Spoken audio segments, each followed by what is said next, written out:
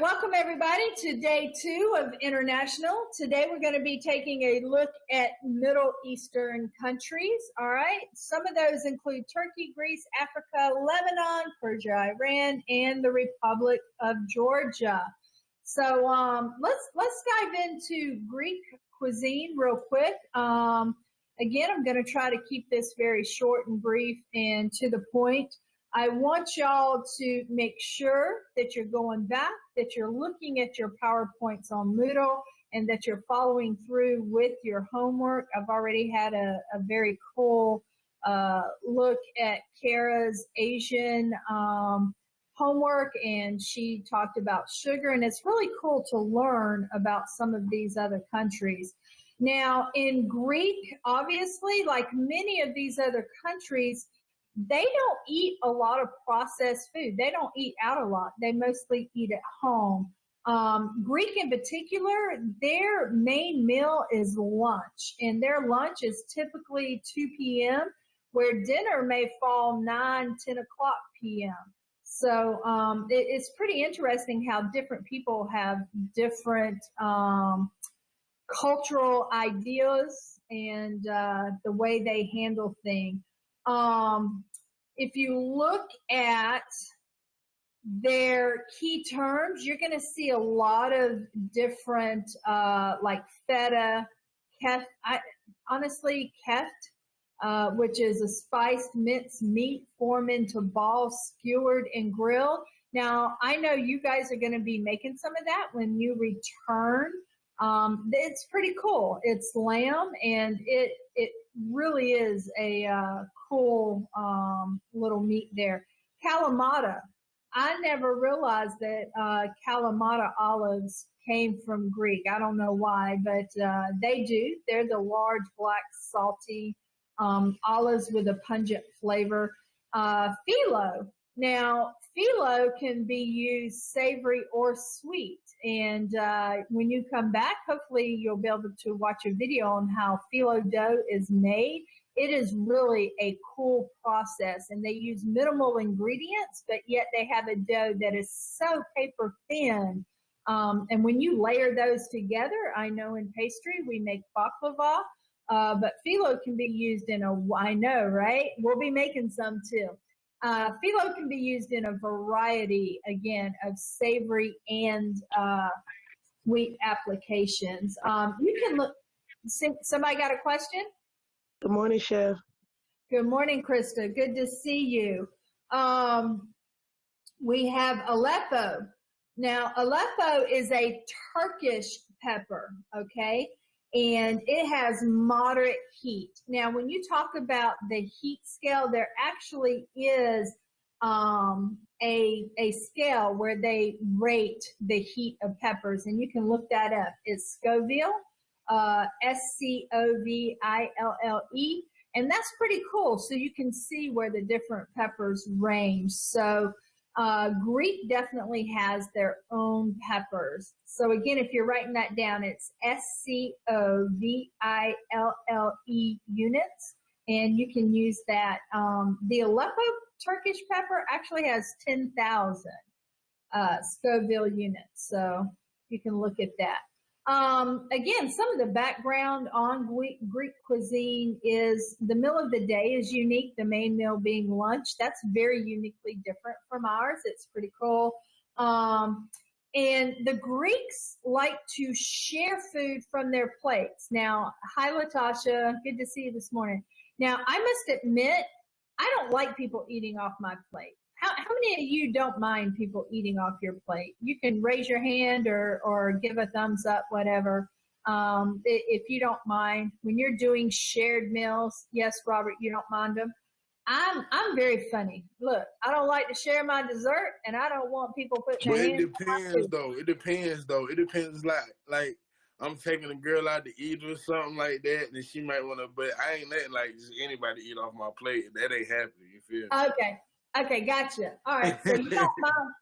So you don't mind if the circumstances are right, somebody eating off your plate. Now, here's the thing. If somebody says, can I try a bite, and they've got a clean fork, And if I say it's okay, but don't just reach over into my plate and grab food off. It gotta be. It's some type of etiquette. You know what I'm saying? Like, it's just some type of etiquette. Like, you're gonna try my food. Don't go overboard. There you go. I'm gonna agree with you on that one then. Coming from a big dude with a big B. You know what I'm talking about? Right. Okay, gotcha. There you go. All right. So they like to do that. Now, also, as far as Greeks, or Greece in particular, 98% of Greece is Orthodox Christian. You can finish reading through the PowerPoint. The culture is rooted in ancient Greece, a pantheistic culture with strong beliefs in mythology. Robert, will you turn your mic off again, please? The official language is Greek, and it's spoken by 98%. Now, let's look at the climate. We've already determined that the climate in every country kind of dictates what they can grow, right? Which also affects what they eat mostly, correct? We all agree with that statement? So when you're looking at each of these countries, you really need to be looking at their geographical area, their location, and that will give a insight into what is their staple, what is their primary food source. So 80% of Greece is mountainous. It's surrounded by 3 seas, is occupied 85% of Iberian Peninsula. It's a Mediterranean climate, which means it's hot, dry during the summers, and it's rainy during the fall and spring, and it has very cold winters. I could imagine that with a mountainous range.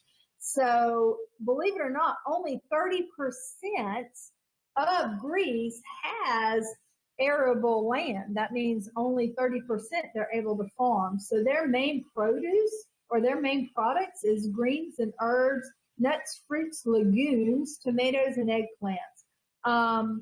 Most of their farms are small family owned.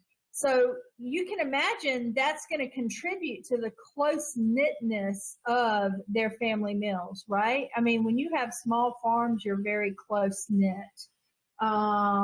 Their exports, obviously, olives. We already covered that. Grapes, melons, tomatoes, peaches, and oranges. So when you look at that, you can say that the Greek cuisine, they're masters, all right? And you're going to need to know this for a test, I promise you. Greek cuisine, the Greeks are masters of wheat, grapes, and olives. So make sure you've got that under your belt, all right? Now, I'm not going to read all of the information on that particular slide. You can go back and look at that, but their ancestors were hunters, gatherers, and fishers. They like to bake in clay ovens, so that would definitely be how they baked back in the day. The mainstays of Greek cuisine, we've already covered that, is the, like tomato, eggplant, zucchini, bell peppers, onions, garlic, green beans, okra, potatoes, and fennel. Fruits, oranges and lemons, dates, figs, and grapes. You getting that? Wheat, grape, and olive. Wheat, grape, and olive. I want to drive that home because that's definitely going to be on a test. They do have yogurt, cheeses, and milk. Obviously wheat, bread, and pasta, rice, barley, honey of all kinds. So honeybees, I can imagine, are very fruitful there. And their main meats are lamb, beef, chicken, seafood, and all types of legumes. They like to pickle things as well. That's pretty common amongst a lot of these. And why do you think they pickle a lot of stuff? Who can weigh in on that? All these countries seem to pickle. I guess it's just like for the flavor. I guess it's just they natural like texture, like a lot of like I don't think that's citrus, but you know how people soak stuff in pickles, like that's just probably their culture. You know what I'm saying? Right. So yeah, and you're on target there. It's also a preservative. You'll notice some countries they'll preserve or create shelf life using sugar, or they'll sugar cure, salt cure. Pickling is a way to preserve. So definitely keep that in mind. There are 5 important Greek sauces. Please make sure you go back and look at those. As we've already discovered, every country has a unique flavor profile. So make sure when you go through these PowerPoints, you look at the 5 important Greek sauces, okay? Regional Greece, again, I'm not going to read through all of that. I think y'all can read through all of that. There are specific food groups that are that identify with each of the regional aspects of Greece. So you want to make sure you look through that. We've already talked about phyllo dough, and I've told you it's paper thin, air dried wheat dough. Some people say phyllo, some people say phyllo. You know, I'm not really sure which one is exactly right. I get corrected all the time. I think I want to say phyllo dough, and I'm told phyllo, but anyway, if you know that that is a paper thin dough, you are on target. And I told you the ingredients are very few. It only has flour, salt, water, olive oil, and vinegar. It's used all over the Mediterranean. You need to keep that in mind, okay? They also list some of the pies that are made, some of the meat pies and different pies that are made with that dough. The one thing I want you to make note and remember is the flavor foundations, okay, of Greek, Middle Eastern Greek flavor foundations. Obviously, you've got olive oil, onion, lemon juice, and oregano, olives, caper, grape leaves. When y'all come back and you're in international, you'll be actually making, along with kefta, you'll be making some little grape leaf rolls there, kind of like, dadgummit, what's the Chinese egg rolls? They're like little grape leaves. They're so good. Greek oregano, thyme, dill, and mint, mastic, feta, sheep cheeses. That's something else to keep in mind, okay? Make note of what sheep cheeses are. Yogurt, olive oil, and then, of course, lamb, grilled meats, and seafood, okay? Any questions on Greek in particular? Okay? If not, I'm going to roll on down to, we're going to talk about Turkish. Again, they dine at home. There is a common ground that these people, they dine at home. The one thing that I want to point out in Turkish that is very interesting is invitations to a Turkish home is very rare. Very rarely will anybody get invited into a Turkish home. Head of the family is served first. What other country did we already talk about where the head of the family or the elders of the family were served first? Who can tell me? China. Who?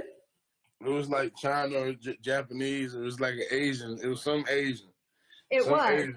Yeah. It was. It was. It was. They let the old people eat first.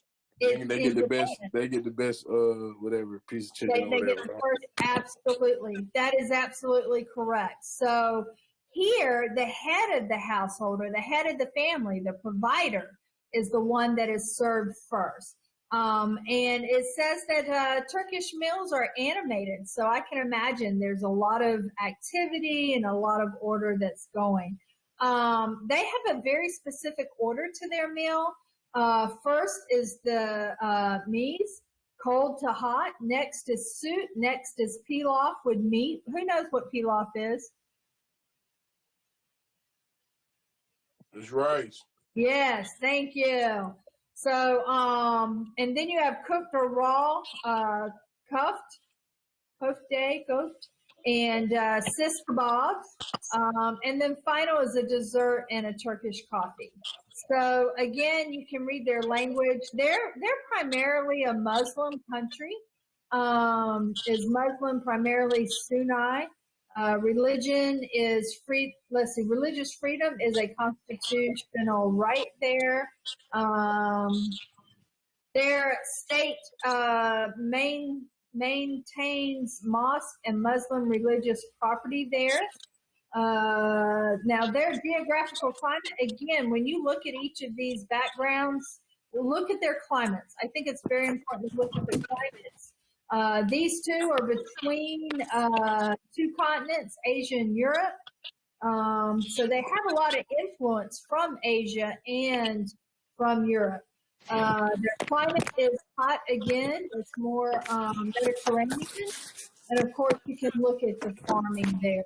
I want to bounce on down to the technique for Turkish stuffed vegetables. All right, turn your mic off, Robert, please. The technique for Turkish stuffed vegetables. You need to know this. Again, this is going to be the steps when you prepare stuffed vegetables, okay? You're going to slice off the tops of your peppers and tomatoes. You're going to scoop out the inside. You're going to prep the filling, which can be a pilaf, bread, or meat filling. You're going to stuff the vegetable, arrange in the pot tightly. You're going to pour the tomato juice over it. You're going to simmer until it's soft. And then you're going to garnish with your parsley, lemons, or your breads. So make sure you pay attention to that, okay? Also, there's 15 layers of Turkish cuisine. Make sure you pay attention to that and take a look at that, all right? Does anybody have any questions so far? Again, I'm pointing out what is important on these slides. You do need to make sure you're going back through them. And again, the flavor foundation, here we go. It's comparable but different from Greece. You have your olive oil, onion, carrots. You have mint, parsley, bay leaf, and you have basturma, Aleppo, and other peppers, sumac, baharat, spice mix, biber, salkasi. I'm not real sure if that's how you pronounce that, but that's close. And then you have oil braised vegetables. All right. Any question on turkey at all? Nope, no questions on turkey.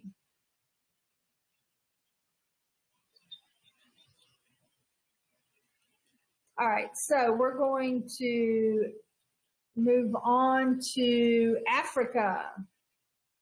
Has anybody had any African dishes? Anybody? Nope. I've had some.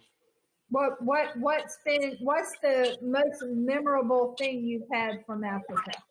I don't know, cause I probably ain't eat it. I mean, I ain't gonna lie, no disrespect, I ain't eat it, cause they was all like in the house, like eating out this big like bowl with their hands, and I was good. There you go. What were they eating? Do you remember? I know it was like, okay, so I know it's kind of like a dough kind of, and they grabbed it and then they dipped it in something. Oh, okay. Boom, then they eat that, and then it was like like some fish, but it was like a whole fish head type. They okay. they ate the eyeballs and everything. I was with some real Africans, like some real Africans. Yeah, so kind of like a pig picking here. Yeah, like, bro, they like ate the whole fish pig head, bro. They ate the eyes and everything. Like, I can't lie, I'm good. Okay, I got you. Well, you know, being a chef, you got to be open-minded, right? All right. Yeah. So I probably would try it now, but not then. There you go. Okay, so when you talk about Africa, and Latin America in particular, but Africa, you know, couscous is very prominent, and that's a thin pasta from semolina. Turn your mic off, Rob, for me. Semolina flour. I don't know if y'all have ever seen that, but they actually take water and add it to semolina, and they roll it into tiny little balls. So each time you see pasta made from semolina, that's a very taxing type of pasta. And bistilla, that is a stuffed pie, believe it or not, with pigeon, eggs, almonds, crust of raga dough topped with powdered sugar and cinnamon. And you can read through all of these, but it's quite interesting, their flavor profiles when you talk about Africa. Now, Moroccan cuisine, they are the masters of savory and sweet. And here again, I know I keep saying this, but when y'all look through these PowerPoints, I want you to start understanding the difference between the flavor profiles. This is a simple cuisine of the Berber tribes. They primarily focus on corn, barley, sheep or goat, milk, cheese or butter, honey, lamb, couscous, and game. So you're getting the feel that, of course, they're living off the land. They absorb taste from Arabia, Persia, Turkey, Spain, and France. So they're heavily influenced by several different groups of people. They are fascinated with mixing exotic spices and successfully mixing of sweet and savory, okay? The cuisine is more Mediterranean than African. The one thing when I looked at this that I found interesting is women rule Moroccan cuisine, okay? Women actually rule those cuisine, and 17th century black female slaves came from Sudan and did the cooking. I found that really interesting. That shows you women power, right? Women power. Everybody with me on that one? I always say behind every good man is a great woman. That may be a little racist against men, but we got to have women power somewhere, right, Latasha? Absolutely. Huh? Absolutely. There you go. So anyway, slow cooking prevails in that country, and you can read on. Definitely pay attention to the flavor profile. They use a lot of onions and garlic, argan oil, olive oil, fat-tailed sheep fat, smen.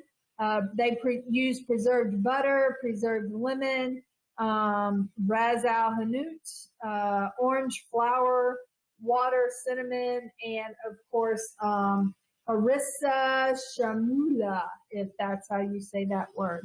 So definitely take a look at that.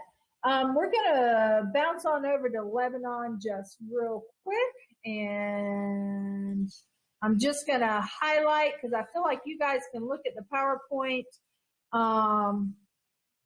Lebanon, again, is a Mediterranean coast. You know, I get a feeling living over in these other countries, the reason they live long lives is because they're rooted in non-processed natural foods. Would y'all agree with that? I mean, they eat a lot of, they eat whole grains. They're not eating processed grains. They're eating, you know, what's natural, low fat, grass-fed meats. They're eating fruits and vegetables. They're using healthy oils and healthy fats. You know, we in the U.S. could take note of that. Now, in Lebanese cuisine in particular, they have abundance of seafood. Obviously, being on the Mediterranean coast, they have an abundance of seafood. They do have mountains and high plateaus, which is perfect for sheep. I'm sure they have a lot of sheep farms, sheep herders. They have a lot of goat cheeses and yogurts. And they preserve a lot of their foods, like dried apricots, figs, apples, and tomatoes. So you can look more of that. Their flavor foundation, again, is very close to, but yet ideally different from the other countries. Onions and garlic, labna, za'atar, if that's how you say that, tahini, burgul, eggplant, tomatoes, cucumbers, apricots, cherries, figs, quince dates, parsley, mint, and rose petals. So I find it very cool how these different countries, how their flavor profiles really are dictated by their environment. Now, Do you think these guys have an abundance of grocery stores like we do where we're getting foods from all over? No, they don't, do they? They really, they eat a lot of local. So definitely pay attention to that. Now, we're going to just look quickly into Persia, Iran, and Republic of Georgia. This is considered the Middle East. I know we went over some of the other PowerPoints, but this is the Middle East. So make sure you read through that. They have some very interesting key terms there. Barberries, fat-tailed sheep fat.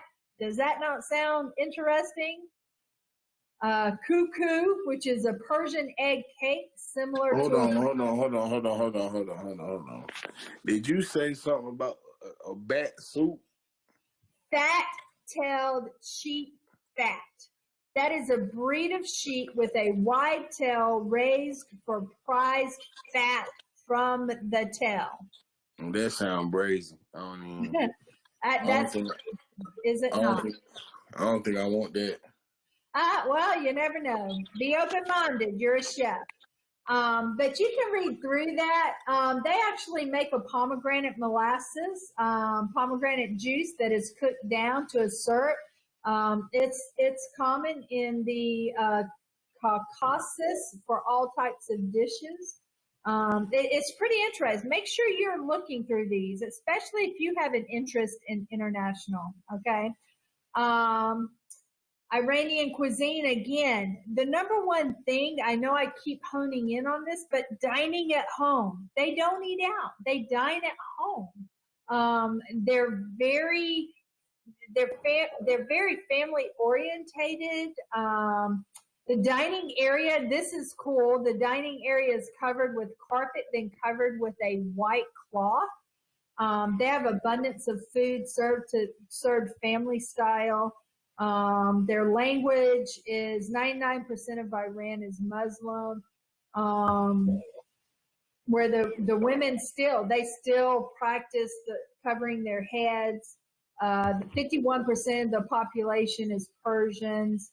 So yeah, definitely make sure you look at that. Now, again, the farming and agriculture, they have a rugged surrounding.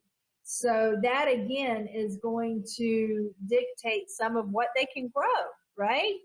So if you're into chef to farm table sort of thing, or farming to table, again, where you live, what agriculture is available is going to dictate, closely what you're able to produce and serve.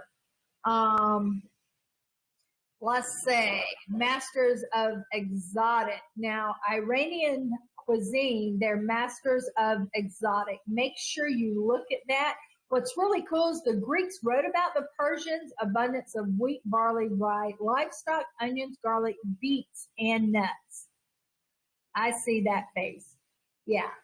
So definitely look at that. Meats marinated in pomegranates, kebabs. Here's your stuffed grape leaves. Now, do you think Iranian kind of adopted that from the Greeks? I would say so, because we just talked about the Greeks being the masters of grapes, right? So Lebanon, I'm sure, adopted stuffed grape leaves from them. And of course, they balance heating and cooling foods. If they have something that's really spicy, they're going to have something that's really cooling. Okay. Best rice cookers on earth, Iranians. They're the best rice cookers on the earth. So remember that when you're looking at their information. Characteristics of a Persian cooking. Most of their dishes begin with onions, fried, soft, and golden. All right. Long cooking or marinating, endless variations on simple themes. They use a lot of senses, and that's something too we talked about in China, how they cook with the 5 elements. In China, they cook for health. In this instant, Persian cooking uses all the senses. So they have color, okay, where it's yellow, orange, saffron, red, berries, cherries, contrast, white, and with the rice. Flavor, spices used but not over, sweet and sour, favorite contrast. Texture, they use dried fruits and nuts to contrast the softer rice. And then scent, they use the onions and the fresh herbs for aromatics, if you will, right? So they definitely use their senses, their smell, their taste, their, the flavors and the colors, sight, in their cooking. So keep that in mind. Their flavor foundations, again, I want to encourage you, go back, make sure you're looking at the flavor foundations of each of these countries. Here in particular, Persia, Iran, they use onions, parsley, mint, abura, verjus, Persian fat-tailed sheep fat, we covered that one, kashk, dried lime, rose petals and rose water, combo of heating and cooling foods, and rice. We're going to look at Georgia cuisine, and that's probably going to wrap us up, I believe. Yep. So Georgia cuisine is cuisine central to life and history. They, in your book, how many of y'all read about the Silk Road in your book? If you have not, that is very important to understand the Silk Road. Make sure you go back over that. That was actually a road that traders, it was a path that everybody took, and they traded commodities. So make sure you go back and read about that. Traders came through from all over. Excellence of Georgia cuisine arises from their fertile soil, natural riches, and abundant ingredients. It was abundant. They could get stuff from all over because of this Silk Road that a lot of other countries couldn't get. So please keep that in mind. They prefer wheat and corn for their starches, unlike their neighbors who prefer kidney beans. Okay? So think about that. Land changes throughout Georgia, which means it changes the food and the cooking. Khachapuri is the national dish, that stuffed bread with different fillings. Let's see, their food and dishes, some of the most interesting in the world. So they have buffalo milk yogurt, flattened grilled chicken, walnut vegetable pates, meat dumplings, pickled cheese, grape juice dipped, dried nuts, and of course fruit leather. That sounds like our fruit by the foot, right? They dry out fruit and make fruit leather. So anyway, take a look at that. And again, dining at home. They're passionate about dining and drinking toast. They toast to everything. They have two regions. They have Eastern and Western, and obviously the foods and what's available is very different depending on which geographical area you're in. So take a look at that. And Georgians have a deep reverence for grapes and wines. Now, make sure that you're making note while there's an understanding that grapes and grapes and wine and grape leaves and all that are prevalent in several of these countries. Somebody tell me, who did I say is the master of wheat, grapes, and olives? Greece. Yes. So Greece. don't get that confused, okay? Because that's going to be on a test down the road. Make sure you know that Greeks, what they're a master of, okay? Even though there's a lot of parallels. Yes, Robert? I like it's kind of interesting to me because I worked in a couple with Greek restaurants, stuff like that. Is that why they always put like feta and lettuce and salads and stuff like that, and olives and all that? Like they love them olives and feta cheese and all that. That's just correct. there. So that is absolutely correct. So feta is a sheep's cheese, right? Right. Yeah. Right. Right. Yeah. So you've got the feta, you've got the calamari olives, and I want to make sure I'm telling y'all exactly. Give me a minute. I want to make doubly sure I'm not misspeaking.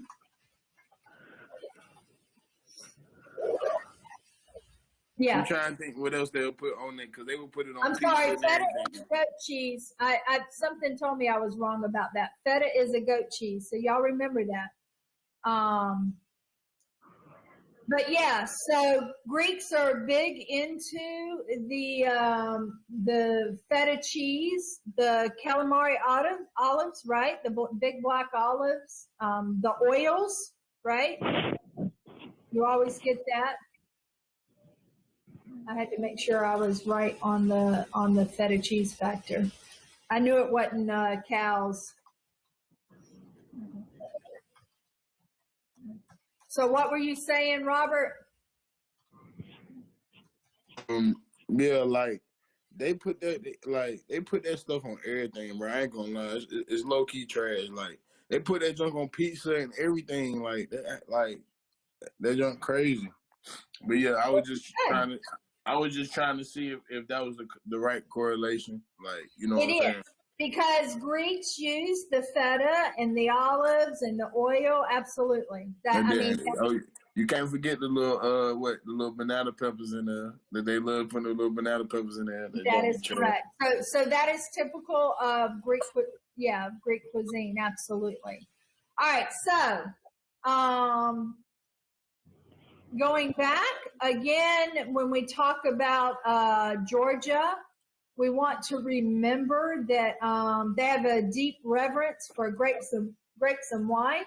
Food is the heart of a Georgian feast. The spirit resides in the wine. That's a quote from Dara Goldstein. Wine invokes culture and community with the Georgians. A supra is a large dinner party. And it's an important ritual, believe it or not. So Greeks are very big into rituals, and so the supra is a large dinner party. And you can read more about the tamata, the toastmaster, because they like to toast whenever they get together. If you go to a Greek wedding, the toasts are very long. Everybody toasts the bride and groom, right? So just keep that in mind.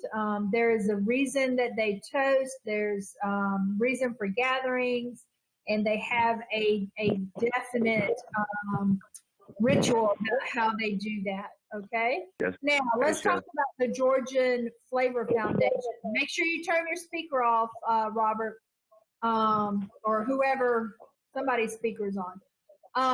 So the Georgian Flavor Foundations are onions, garlic, peppers, chilies, machari, which is mature wine, and you got matsoni, which is your yogurt, your tekepmali, which is sour plum, the keplapi. I'm butchering that word. I'm a Southern girl. Y'all know that. That's fruit leather, okay? Marigold petals. Now, it's interesting. They don't use rose petals there. They use marigold petals. Y'all remember, there are edible flowers out there, and they make use of them. They use marigold petals. Fenugreek leaves, and then, of course, their herb profile is cilantro, parsley, mint, dill, and basil. There are some totally unique and interesting Georgian sauces. So make sure you take a look at those as well when you look at your PowerPoints. Does anybody have any questions? That really covers the Middle East, and I just kind of wanted to touch highlights on each of those to kind of showcase the difference between the countries, but yet what are some of the similarities that you notice between your Middle Eastern countries and your Asian countries? Can somebody tell me some of the interesting comparisons that are alike? I've mentioned several. They eat at home a lot. Which is far different from what we do, isn't it? We've really gotten away from that. What are some other things they do?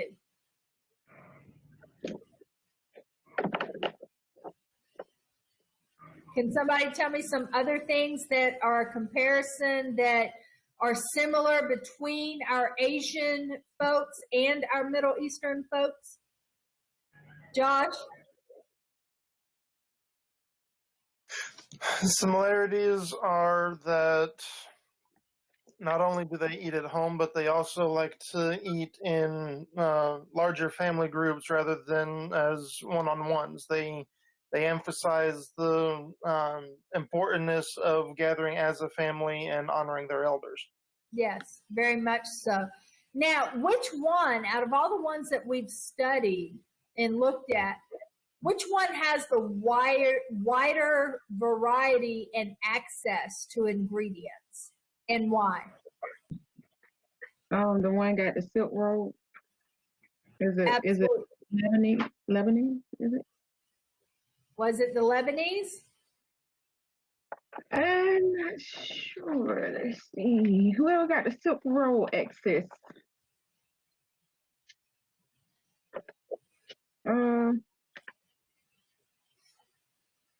It wasn't Lebanon. I'm letting you think about it.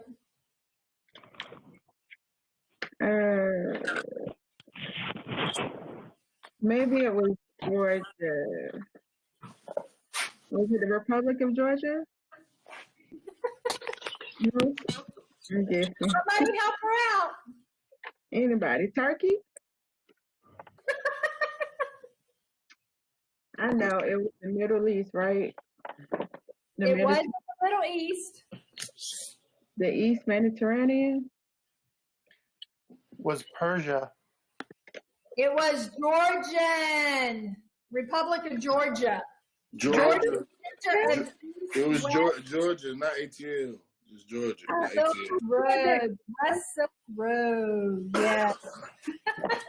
So y'all make sure as we close out today's lecture, please make sure you go and you look up in your book the Silk Road and have a clear understanding what that did for the country, okay?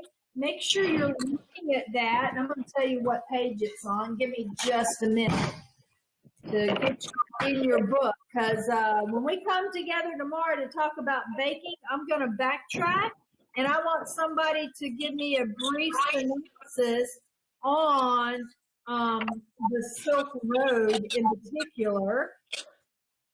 Let's see, I got to find what page it's on. If somebody's got their book in front of you, you can help me. I'm looking at the Silk Road to tell you exactly what page it is on.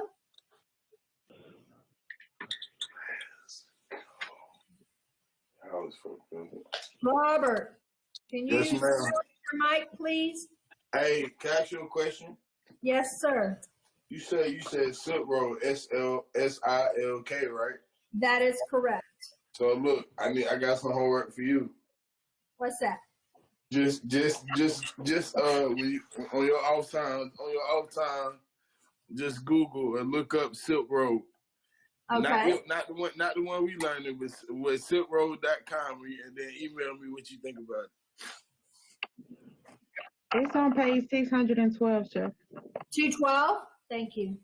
612. Oh, 612. Thank you. Y'all are perfect. I think I heard about this. I think I heard about this before. I'm sure you have. So it says here, okay, throughout centuries, the Persian Empire freely mingled its rich culture through war and trade along the Silk Road with China, India, Rome, and Eastern Europe. All right.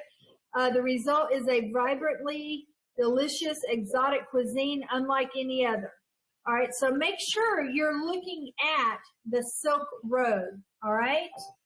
And you pay attention to that, because there's several of these countries that are along the Silk Road, and they definitely take advantage of having that avenue of ingredients available to them. They were able to get ingredients that a lot of other countries were not able to get, okay? So make sure you understand that.